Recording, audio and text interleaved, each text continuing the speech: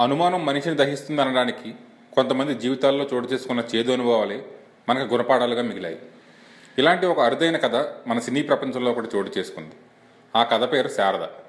శారద ఏంటి అని ఆశ్చర్యానికి గురి అయ్యారా? ఒకప్పటి సూపర్ స్టార్ శారద సినీ ప్రపంచంలో ఎన్నో అవార్డ్స్ని రివార్డ్స్ని అందుకున్నారు.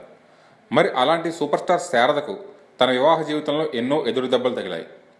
శారద సూపర్ స్టార్గా వెళుతున్న రోజుల్లో తన జీవితాన్ని కొరడా సింహాచలంతో పంచుకోవాలని నిర్ణయించుకున్నారు. అప్పటికే చలం సినిమాల్లో హీరోగా స్థిరపడ్డారు.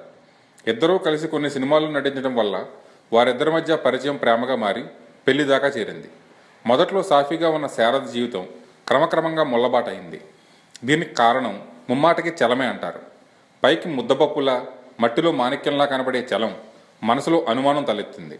పైకి హీరో పాత్రలు చేసే చలం తనలో విలన్ క్యారెక్టర్ ఉందని మొదట తెలుసుకున్న వ్యక్తి అతని భార్య శారదే. ఆడదానికి ఒక పూట తిని మరొక పూట ఆకలితో బ్రతకమన్నా బ్రతుకుతుంది కానీ అనుమానించే వాడితో మాత్రం బ్రతకలేదు. శారద జీవితంలో అదే జరిగింది. షూటింగ్కు వెళ్లిన శారదను తన భర్త అనుక్షణం అనుమానించేవాడు. అనుక్షణం శారదకు నరకం చూపించేవాడు.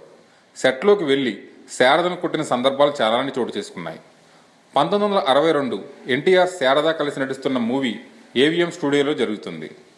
ఫుల్గా తాగి ఉన్న చలం తన భార్య శారద కోసం స్టూడియోకి ఆవేశంగా వచ్చి మేకప్ రూమ్లోకి వెళ్లి శారద మీద చేయి చేసుకున్నాడు. ఈ విషయం డైరెక్టర్ ద్వారా షాట్లో ఉన్న ఎన్టీఆర్ చెవిన పడింది. ఎన్టీఆర్ ఆవేశంగా ఆ రూమ్లోకి వెళ్లి చలం చొక్కా పట్టుకుని, "ఏం బ్రదర్, ఆడదాన్ని చూసుకునే విధానం ఇదేనా?" అని ప్రశ్నించి చంప మీద 2 పీకారు. కొద్దో గొప్ప కొంతమంది పెద్దల భయం వల్ల శారద జీవితం నత్తనడక సాగినా చివరకు చలానికి విడాకులిచ్చింది. ఇప్పటికీ శారద పెళ్లి చేసుకోకుండా తన జీవితాన్ని ఒంటరిగా చీకటిలో గడుపుతుంది.